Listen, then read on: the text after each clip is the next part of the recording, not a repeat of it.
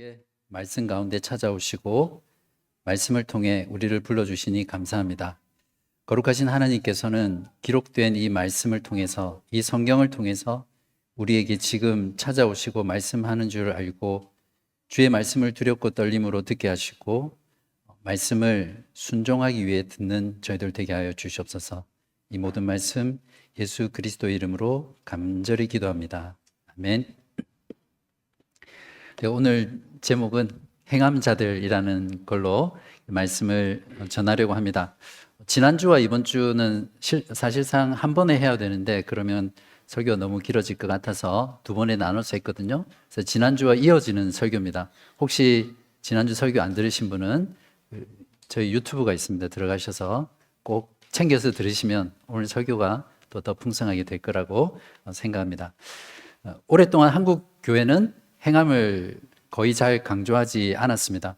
모든 것이 하나님의 주권이고 은혜이기 때문에 우리는 아무것도 안 해도 천국은 따놓은 당상이다. 이런 말 들어보셨죠? 한 번 구원은 영원한 구원이다. 이런 신앙을 가지고 실제로 말씀을 듣지만 행하면은 별로 노력하지 않는 그런 모습들이죠. 그래서 특히 한국 사회 내에서 세상 사람들이 교회나 신자들을 비난하는 이유, 또 판단하는 이유가 우리들이 전하는 복음, 또 신앙 때문이 아니라 기독교인들이 세상 사람들보다 더 못한 그런 윤리적 삶, 도덕적인 삶 때문에 교회를 지적하고 판단하죠. 이걸 반율법주의라고 그렇게 부르거든요. 지금 한국 교회는 이런 반율법주의가 너무나 만연해 있는 그런 상태입니다. 이런 교회의 현실을 자각하고 반대로 또 다른 진자운동이 일어나는데요. 행함을 강조하는 기독교가 이렇게 등장하기 시작한 것입니다. 그래서 몇 년 전부터 믿음만으로는 되지 않는다. 그래서 행함을 아주 강조하는 신학, 또 교회 가르침들이 지금 젊은 신학자들 사이에서 또 젊은 목회자들 사이에서 아주 인기를 끌고 있습니다. 또 그런 말씀을 들으면 막 그 가슴이 뛰고 막 힘이 솟구치죠. 뭔가를 해라고 자꾸 강조하니까 실제로 신앙생활을 하는 것 같고, 그렇기 때문에 지금 한국 사회에서는 또 다른 반대 진영에서는 이런 행함을 강조하는 교회들이 참 많이 있습니다. 이것을 다른 말로 하면 율법주의다, 또 신율법주의다 이렇게 부릅니다. 이것은 따지고 보면 다시 유대교로 돌아가는 것이고요, 로마 가톨릭으로 돌아가는 그런 신앙 생활이라고 볼 수 있습니다. 그러니까 어느 쪽이든 둘 다 위험하고 성경적인 가르침에서 벗어난 것입니다. 오늘 본문을 보시면 여러분 봉독할 때 잘 들으셨으면 아실 텐데 예수님이 행함을 강조하고 계십니다. 오늘 말씀을 통해서 복음적인 행함이 무엇인지, 행하는 신앙이 무엇인지 우리가 함께 배우고 그러한 신앙을 따라 살아가는 저와 여러분 되시기를 바랍니다. 누가가 지금 하고 있는 것은 산 위에서 내려와서 평지에서 예수님께서 설교하고 있는 내용이라고 말씀을 드렸습니다. 그래서 하나님의 백성들의 대표인 제자들을 부르시고 너희들이 천국 백성으로서 이 땅 가운데서 예수님의 제자로서 어떻게 살아야 하는지를 가르쳐 주신 말씀이 평지수훈입니다. 그래서 이걸 다른 말로 그리스도인의 윤리다, 또 그리스도인의 삶의 방식이다, 이렇게 부르죠. 지난주 설교 내용의 핵심은 예수님이 말씀하신 하나님의 제자도는 세상적인 관점에서 보면 급진적이고 철저하고 어떤 근본적인 그런 변화를 요구하는 레디칼 제자도였다라는 말씀을 전했습니다. 그 레디칼한 부분에서는 복을 추구하고 복 있는 자라는 개념 자체가 굉장히 레디칼했고, 또 원수까지도 사랑하라는, 내한테 있는 모든 것을 내어주기까지 그 원수를 사랑하라는 그런 레디칼 사랑에 대한 말씀이었습니다. 오늘 말씀은 예수님의 레디칼 제자도는 말씀을 듣고 행하는 것이다 라는 주제로 여러분과 말씀을 나누도록 하겠습니다. 지난주 본문인 27절부터 36절까지에서는 원수를 사랑하라고 말씀하셨죠. 이것은 어떤 세상 속에서 모든 사람들과의 어떤 보편적인 관계에서 우리가 어떻게 해야 하는 것인가를 말한 것이고요. 오늘 본문에 나오는 37절부터 42절까지는 이 원수를 사랑하는 말씀을 제자들의 공동체, 즉 저와 여러분처럼 이 교회 공동체에서 적용하고 있는 말씀이 바로 이 부분이라고 우리가 이해를 하면 됩니다. 37절부터 39절까지만 먼저 보겠습니다. 우리 이 부분은 같이 읽으면 좋겠는데요. 읽으시면서 여러분의 귀로 다시 예수님이 나에게 말씀하신다 이런 마음으로 같이 큰 소리로 낭독하면 좋겠습니다. 시작. 비판하지 말라. 그리하면 너희가 비판을 받지 않을 것이요. 정죄하지 말라. 그리하면 너희가 정죄를 받지 않을 것이요. 용서하라. 그리하면 너희가 용서를 받을 것이요. 주라. 그리하면 너희에게 줄 것이니 곧 후히 되어 누르고 흔들어 넘치도록 하여 너희에게 안겨주리라. 너희가 헤아리는 그 헤아림으로 너희도 헤아림을 도로 받을 것이니라. 여기 보시면 네 가지를 명령하시죠. 그러니까 비판하지 말라, 정죄하지 말라는 부정적인 명령, 그리고 용서하고 주라라는 긍정적인 명령입니다. 각각의 행위마다 그에 상응하는 보상이 주어져 있죠. 예수님의 이 말씀은 31절에서 남에게 대접을 받고자 하는 대로 남에게 대접하라 이렇게 말씀하셨잖아요. 기억나시죠? 이걸 뭐라고 부르죠? 보통 골든 룰, 황금률이라고 하죠. 그러니까 정확하게 이 황금률에 대한 어떤 또 다른 변형의 형태라고 할 수 있습니다. 즉 남에게 비판받지 않고자 하면 남을 비판하지 말고, 남에게 정죄를 받지 않고자 하면 남을 정죄하지 말라는 거죠. 남에게 용서를 받고자 하면 남을 용서하고, 또 남에게 받고자 하면 주어라. 이 말씀, 결국에는 원수를 사랑하라는 그 원리와 형제 사랑의 원리에 있어서 같은 것이라고 이해를 하시면 됩니다. 예수님은 방금 가르쳤던 이 말씀을 제자들의 마음 가운데, 또 우리들의 마음 가운데 각인시키고 잊지 않기 위해서 예수님이 가장 잘 사용하는 비유를 사용합니다. 이 비유를 드시는 이유는, 이 비유를 들었을 때 우리는 이 비유가 담고 있는 진리를 아주 가슴 가운데 깊이 담을 수 있기 때문에 그렇습니다. 39절에서 42절 말씀인데요. 이 부분은 제가 읽도록 하겠습니다. 또 비유로 말씀하시되 맹인이 맹인을 인도할 수 있느냐? 둘이 다 구덩이에 빠지지 아니하겠느냐? 제자가 그 선생보다 높지 못하나 무릇 온전하게 된 자는 그 선생과 같으리라. 어찌하여 형제의 눈 속에 있는 티는 보고 내 눈 속에 있는 들보는 깨닫지 못하느냐?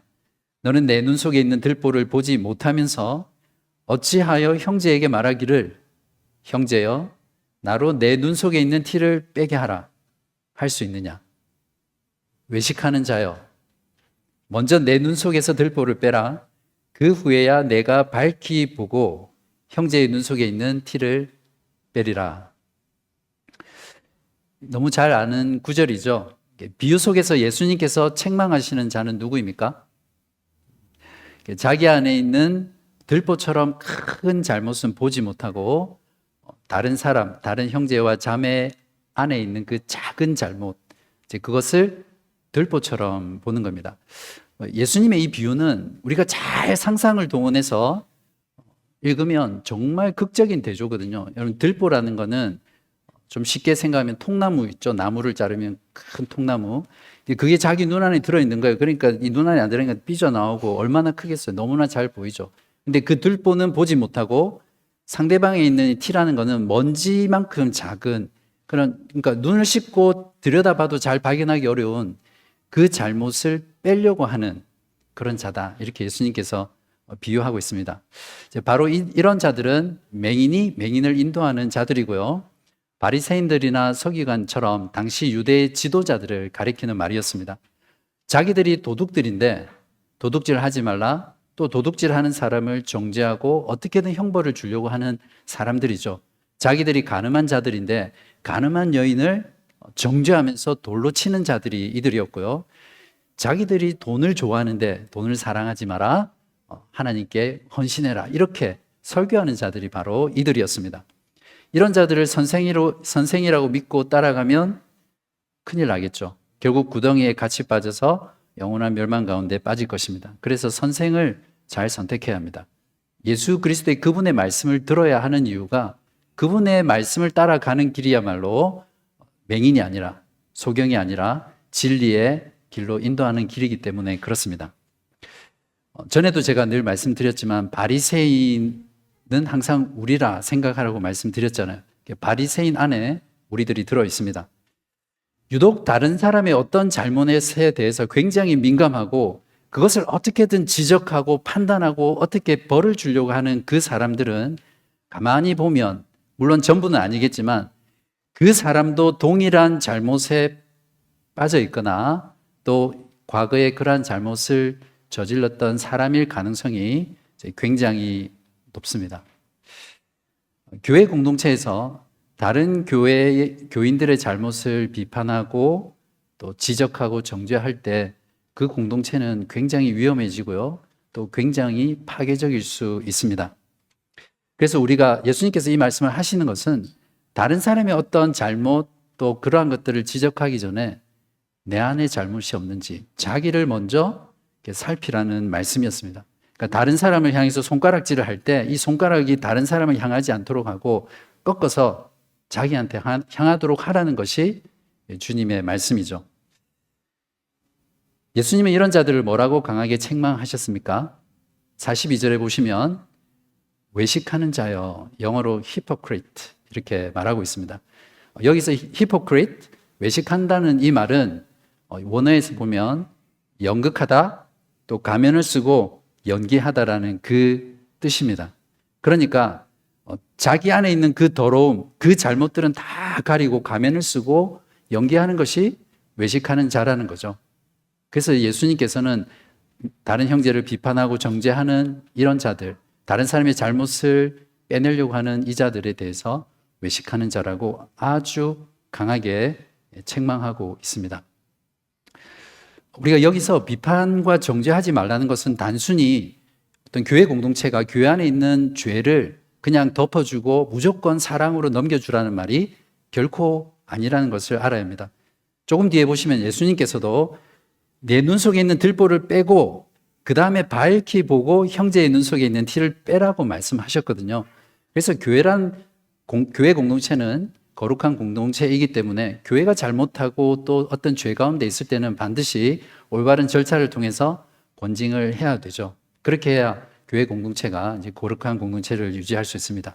중요한 것은 자기 눈에 있는 그 들보를 빼고 분명하게 볼 수 있을 때 다른 형제 자매의 티를 제거해야 된다. 그렇게 이해를 하시기 바랍니다. 자, 이 단락에서 예수님께서 제자들에게 하신 말씀은 원수를 사랑하라는 그 자비로움으로 형제와 자매들을 대하고 특별히 형제 자매들이 잘못했을 때 그것들을 자비롭게 대하라는 그런 말씀입니다. 교회 공동체는 이래야 합니다. 그렇게 할 때 세상 사람들이 우리 공동체를 보고 이 공동체는 주님의 제자들의 공동체이구나. 나도 이 공동체에 들어가고 싶다. 그렇게 해서 이 교회 가운데로 나오는 것이거든요. 실제로 통계를 보면 교회 공동체에 서로 사랑하는 모습, 서로 용서해 주는 모습, 서로 아낌없이 내어주는 그 모습을 보고 복음을 듣기 전에 교회로 와서 교회 가운데 속해서 크리스찬이 되는 경우가 정말 많다고 통계가 말해주고 있습니다. 우리가 이렇게 서로 사랑하고 자비롭게 서로의 잘못을 용서하고 이해해주고 또 자기를 먼저 살필 때 그것이 복음 전도와 직결될 수 있다는 것을 여러분 꼭 명심하시기 바랍니다. 이제 예수님은 제자도에 대한 설교를 거의 마지막에 마무리를 하면서 예수님께서 잘 하시는 것처럼 마음의 문제를 다루십니다. 43절에서 45절은 같이 읽어보겠습니다. 못된 열매 맺는 좋은 나무가 없고 또 좋은 열매 맺는 못된 나무가 없느니라. 나무는 각각 그 열매로 아나니 가시나무에서 무화과를 또는 찔레에서 포도를 따지 못하느니라. 선한 사람은 마음에 쌓은 선에서 선을 내고 악한 자는 그 쌓은 악에서 악을 내나니 이는 마음에 가득한 것을 입으로 말함이니라. 예수님은 여기서 너희들이 선한 사람이 되고 또 좋은 나무가 되라 이렇게 말씀하지 않고요. 마치 잠언처럼 보편적인 진리를 그냥 선언하는 겁니다. 못된 열매는 못된 열매를 맺는 것이고 좋은 열매는 좋은 열매를 맺는 것이죠. 사과나무에서 배가 열릴 수 없고 오렌지 나무에서 레몬이 열릴 수 없다. 그냥 그 진리를 선언하고 있습니다. 여기서 나무라는 것은 마음을 가리키고요. 말과 행동은 열매입니다. 그러니까 마음에 쌓여 있는 것들이 말과 행동으로 열매를 맺는다는 겁니다. 그러니까 여러분의 말과 여러분의 행동을 변화시키려면 여러분의 마음에 무엇을 쌓느냐가 정말 중요하겠죠. 한글 성경이 마음이라고 번역하고 있는데요. 이것은 영어 성경에서 지성을 가리키는 그 마인드가 아니라 심장, 하트를 가리키거든요. 히브리 사람들이 구약 성경에서 하트, 이 심장이라는 말은 그냥 단순히 어떤 생각하는 지성이나 마음이 아니라 한 사람의 그 존재의 전부를 가리킵니다. 지정의 전체를 다 가리키는 것이고요. 영혼의 좌소라고 해서 그 영혼의 가장 센터가 있는 곳을 심장이라고 표현했거든요. 그러니까 바로 그 심장에서 말과 행동이 나오는 거죠. 이 말은 예수님께서 마음, 즉 됨됨이 또는 존재됨에서 말과 행동, 열매가 맺어진다는 그런 말씀입니다. 그러니까 예수님께서는 예수님의 제자도를 따라 사는 삶은 마음, 됨됨이, 존재됨에서 나온다는 거죠. 됨됨이가 존재됨이 예수님의 제자가 되지 않았는데 예수님의 제자의 삶을 살아갈 수가 없습니다. 잠깐 동안은 아니면 평생 동안이라도 외식하는 자로 원수를 사랑하고 또 심지어는 예수님이 말씀하는 복을 추구해 나갈 수 있을지도 모르겠습니다. 그러나 그들이 맺어가는 그 열매는 생명이라고는 하나도 없는 가짜 열매, 인조, 모조 열매라고 볼 수 있겠죠. 그러면 어떻게 하면 마음, 심장이 변할 수 있습니까? 다시 태어나야 됩니다. 이것을 거듭난다 표현하죠. born again. 조금 더 있어 보이는 말로는 중생, regeneration 이렇게 표현합니다. 거듭나고 다시 태어나는 것은 우리 자신의 의지와는 상관없습니다. 그러니까 하나님의 주권적인 은혜죠. 우리 저기 뒤에 하늘이가 있지만 하늘이가 내가 2024년 7월 며칠에 태어나야지 하고 태어날 수 없잖아요. 그 아이가 태어나는 것은 전적인 자기의 의지와는 무관하게 이 세상에 태어났듯이 영적으로 태어나는 이 거듭남 역시 우리의 노력, 우리의 의지로 태어나는 것이 아니라 하나님의 전적인 주권, 하나님의 주권적인 그 은혜로 말미암아 하나님의 정해진 때에 거듭나는 것입니다. 이것을 다른 말로 회심이라고 부릅니다. 죄를 회개하고 예수 그리스도를 믿는 것을 말하죠. 그래서 회심이란 180도 방향 전환을 이야기합니다. 그 죄로부터 90도 돌이키고 다시 여기에서 90도 더 예수님께로 완전히 돌이켰을 때 이 방향 전환이 회심입니다. 예수 그리스도를 등지고 살며 죄를 향해 있던 그 마음이 이제는 죄에 대해서 등을 지고 예수 그리스도를 향해서 나아가는 이것이 회심입니다. 하나님께서 거듭나게 하신 자는 이렇게 회개와 믿음으로 반응하게 하고 열매 맺게 하시는 거죠.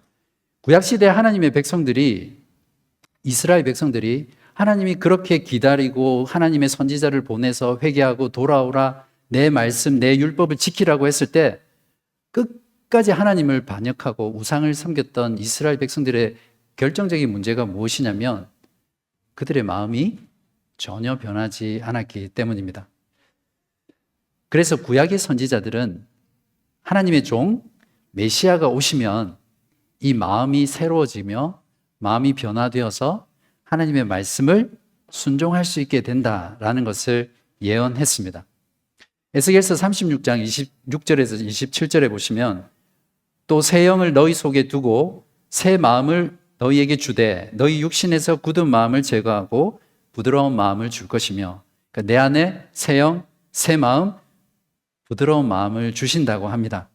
27절에 또 내 영을, 성령을 가리킵니다. 너희 속에 두어 너희로 내 율례를 행하게 하리니 너희가 내 규례를 지켜 행할지라. 내 안에 성령을 주셔서 하나님의 말씀을 지켜 행할 수 있게 해준다고 약속하셨죠. 예레미야서 31장 33절에도 그러나 그날 후에 내가 이스라엘 집과 맺을 언약은 이러하니 곧 내가 나의 법을 그들의 속에 두며 그들의 마음에 기록하여 나는 그들의 하나님이 되고 그들은 내 백성이 될 것이라. 여호와의 말씀이니라. 하나님의 말씀이 그전에는 내 밖에 있는 거예요. 율법이. 그러니까 절대 지킬 수 없어요.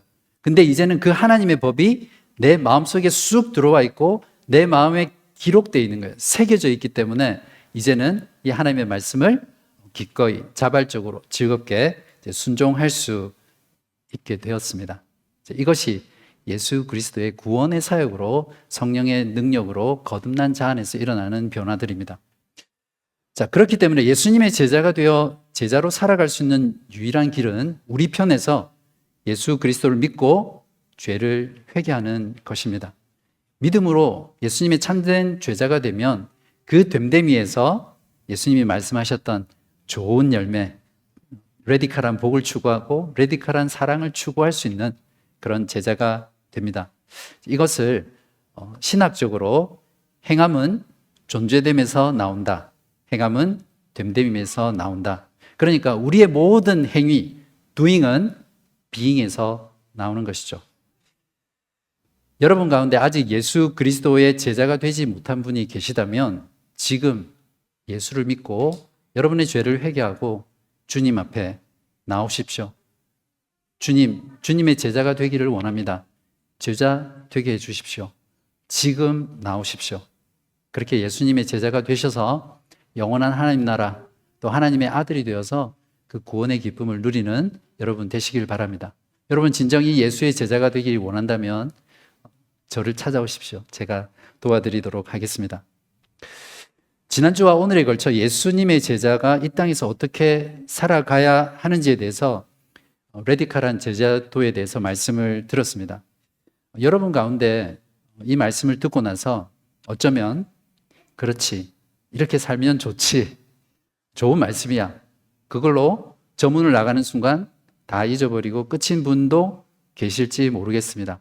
아니면 그저 또 한 번의 주일 설교로 그냥 여기고 아무런 어떤 마음의 변화 없이 돌아가시는 분도 계실지 모르겠어요. 예수님께서는 천국 백성의 삶은 이런 것이야, 그리스도의 윤리와 도덕을 가르치고 삶의 방식을 가르치신 이유, 또 누가가 그 예수님의 설교 말씀을 오고 오는 모든 교회의 하나님의 백성들에게 가르치기 위해서 이렇게 기록한 이유는 그냥 그저 좋은 말씀 듣고 끝내라고 기록한 게 아닙니다. 예수님의 말씀처럼 듣고 행하라고 하기 위해서 이 말씀을 기록하신 겁니다. 그래서 예수님은 산상수훈도 정확하게 마지막 설교를 행함을 강조하면서 끝내고 있고요. 이 누가복음의 평지수훈의 마지막 부분도 예수님께서는 행함을 강조하면서 끝맺고 있습니다. 46절에서 49절 같이 읽겠습니다. 시작. 너희는 나를 불러 주여 주여 하면서도 어찌하여 내가 말하는 것을 행하지 아니하느냐. 내게 나와 내 말을 듣고 행하는 자마다 누구와 같은 것을 너희에게 보이리라. 집을 짓되 깊이 파고 주추를 반석 위에 놓은 사람과 같으니 큰 물이 나서 탕류가 그 집에 부딪히되 잘 지었기 때문에 능히 요동하지 못하게 하였거니와 듣고 행하지 아니하는 자는 주추 없이 흙 위에 집 지은 사람과 같으니 탕류가 부딪힘에 집이 곧 무너져 파괴됨이 심하니라. 46절에서 예수님은 먼저 행함이 없는 신앙에 대해서 강하게 책망하고 있습니다. 자, 그리고는 예수님의 말씀을 듣고 행하는 자, 또 듣고 행하지 아니하는 자가 어떤 운명인지를 정말 극적인 대조를 통해서, 비유를 통해서 설명하십니다. 이것을 통해서 예수님께서도 행함이 있는 신앙이 얼마나 중요한 것인지를 설교의 말미에서 강조하시는 거죠. 자, 집을 지은 두 종류의 사람이 있습니다. 두 사람의 집 짓는 공법이 다르죠. 한 사람은 집을 짓되 깊이 파고 주추를 반석 위에 둡니다. 이걸 또 원어에 보면 그냥 집을 짓는 게 아니라 땅을 파고 더 깊이 파고 그다음에 여기서 반석이라는 그냥 돌멩이 위가 아니라 거대한 바위나 절벽에서 어떤 풍파에도 끄떡없는 그 반석 위에다가 집을 지었다는 그런 뜻입니다. 또 다른 한 사람은 매우 바쁘고 급해서 그런지 모르겠지만 기초도 없이 그냥 흙 위에 집을 세웠던 사람입니다. 날씨가 좋을 때는 두 사람의 차이가 별로 없어요. 근데 홍수가 나서 강물이 넘쳐 급물살이 일어나서 집을 때리니까 잘 지은 집은 끄떡없이 요동하지 않고 그대로 서 있지만 흙 위에 지은 집은 그 즉시 와르르 무너지는 그런 너무나 다른 그런 결과를 맞이했습니다. 이렇게 극적인 결말을 만든 두 사람의 근본적인 차이가 뭡니까? 찾아내셨는지 모르겠지만 47절을 보십시오. 내게 나와 내 말을 듣고 행하는 자마다 누구와 같은 것을 너희에게 보이리라. 자, 내게 나와, 이것이 첫 번째 단계고요. 내 말을 듣고 두 번째 단계입니다. 자, 여기까지는 두 사람이 똑같습니다. 두 사람의 차이는 바로 이 3단계가 있고 없고의 차이거든요. 무엇입니까? 바로 행함입니다. 먼저 예수님께 나와야 됩니다. 이것도 안 하는 사람들이 세상 사람들 가운데도 많지만 교회 안에도 참 많습니다. 예수님께 나온다는 것은 예수님의 말씀 앞에 나와서 그 말씀을 듣는 거거든요. 근데 예수님의 말씀을 듣는 자리에 나오는 걸 별로 좋아하지 않아요. 싫어하고 실증 내고 귀찮아합니다. 두 번째는 예수님께 나온 다음에는 예수님의 말씀을 들어야 합니다. 하나님의 말씀을 들어야 되죠. 예수님께 나와서 앉아 있다고 해서 말씀을 다 듣는 건 아닙니다. 어떤 사람 가운데는 교회에 나와서 말씀을 듣지만 이 생각이 이 말씀에 집중하지 않는 거예요. 그냥 집에 널어놓은 빨래 비 맞으면 어떻게 할까? 어제 봤던 드라마 그 뒤가 궁금해서 드라마를 생각하거나 또 아니면 뭔가 월요일에 출근해야 돼 해서 내가 해야 될 일 그런 것들로 말씀의 자리에 나와 있지만 온통 다른 생각들로 이렇게 집중하지 못하는 거죠. 그 사람은 예수님께 나와도 말씀을 듣지 않는 그런 상태에 있는 사람이죠. 대부분의 신자라면 예수님께 나와서 말씀을 듣는 것까지는 잘 합니다. 그런데 나와서 말씀을 듣고 행하는 단계까지는 잘 나아가지 않는 경향들이 많죠. 주여, 주여 부르면서도 예수님을 선생님이라고 인정하고 또 주라고 인정하고 고백하면서까지도 그냥 예수님의 말씀은 말씀이죠. 그 말씀을 듣고 행하는 데까지는 나아가지 않습니다. 바로 이 행함의 여부가 예수님의 참된 제자와 가짜 제자를 구분짓고 이 땅에서의 삶뿐만 아니라 영원한 삶까지도 결정하는 중요한 기준이 되죠. 누가는 여기에서 행함이 없는 신앙을 종말의 심판과 연결시키고는 있지 않습니다. 그러나 산상수훈을 보면 이 행함과 관련해서 종말의 영원한 심판과 연결시키고 있거든요. 그러니까 지은 집이 와르르 무너진다는 말은 영원한 심판을 받아 천국에 들어가지 못하고 멸망당한다는 그 표현입니다. 자, 그에 반해서 말씀을 듣고 행하며 사는 자들은 삶의 어떤 시련, 환난, 시험, 유혹 그런 것들이 찾아와도 끄떡없는 요동치지 않는 사람들이고요. 이들은 예수님의 그 말씀을 듣고 행하는 자들입니다. 그 말씀대로 다 지켜 행하지 못하더라도 그 말씀을 내 삶 속에서 지키기 위해서 몸부림치고 씨름하고 하나님 앞에 매달리면서 의지하면서 그렇게 어떻게든 하나님의 말씀과 씨름하는 그 영적인 전투가 매일의 삶 가운데 있는 사람들입니다. 이 사람은 억지로 예수님의 말씀을 짓는 순종하는 사람들이 아니라 성령께서 그 사람의 의지조차도 새로운 의지를 주셔서 하나님의 말씀을 듣고 순종하는 것이 기쁨이 되고 즐거움이 되고 감사가 되어서 더 하고 싶은 것으로 그렇게 말씀을 듣고 행하는 자들입니다. 이들이 파고 더 깊이 파고 반석 위에 집을 지은 그 사람들입니다. 아마 어떤 분들은 지금 이 설교를 들으면서 마음속으로 신정호 목사가 지금 율법 설교를 하고 있네. 저건 복음 설교가 아니지 않나. 그런 생각을 하고 있는 분도 있을지 모르겠습니다. 그런 분은 저를 비판하거나 정죄하지 마시기 바랍니다. 지금까지 드린 말씀이 제가 지어낸 말 아니죠. 분명히 기록된 말씀 속에 있고 예수님께서 우리에게 들려주시는 말씀입니다. 여기서 예수님의 말씀은 너희가 행함으로 구원을 받는다라는 것을 말하고 있는 것이 아니죠. 너희가 내 제자이니까 내 말을 듣고 행함으로 너희들이 나의 참된 제자라는 것을 마치 좋은 나무가 좋은 열매를 맺듯이 열매를 맺으라. 그런 뜻이겠죠. 예수님은 제자들의 그 연약함 또 그 나태함을 잘 아셨기 때문에 행함으로 구원받는 것은 아니지만 그들이 예수님의 말씀을 듣고 행할 수 있도록 이렇게 행함을 강조하는 설교를 마치고 있습니다.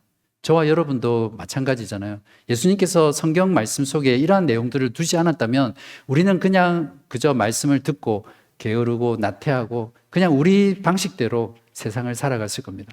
그러나 이렇게 분명한 행함에 대한 말씀을 주셨기 때문에 우리는 더 우리를 돌아보며 경성하며 더 자기를 추스려서 말씀을 들은 대로 행하려고 삶 가운데 전투하고 씨름하고 또 몸부림치겠죠. 야고보 역시 행함이 있는 믿음을 강조했습니다. 야고보서 2장 14절에 내 형제들아 만일 사람이 믿음이 있노라 하고 행함이 없으면 무슨 유익이 있으리요? 그 믿음이 능히 자기를 구원하겠느냐? 행함이 없는 믿음으로는 결코 구원 못 받는다는 말씀이죠. 야고보서 2장 17절에도 이와 같이 행함이 없는 믿음은 그 자체가 죽은 것이다. 그러니까 죽은 믿음이 어떻게 구원할 수 있겠습니까? 이처럼 참된 복음은 믿음과 또 행함을 결코 분리시키지 않습니다. 믿음이라는 동전 따로 있고 또 행함이라는 동전 따로 이렇게 두 개가 있는 것이 아니에요. 복음이라는 것은 한쪽에는 믿음, 다른 한쪽에는 행함이라는 그런 동전 같은 것이 바로 참된 믿음입니다. 구원 얻는 믿음에는 반드시 행함이 있고요. 듣고 행하는 자가 구원 얻는 믿음을 가진 자입니다. 예수 그리스도의 최후 심판의 문제는 궁극적으로 사람들이 예수를 따르는 제자가 되느냐에 달려 있습니다.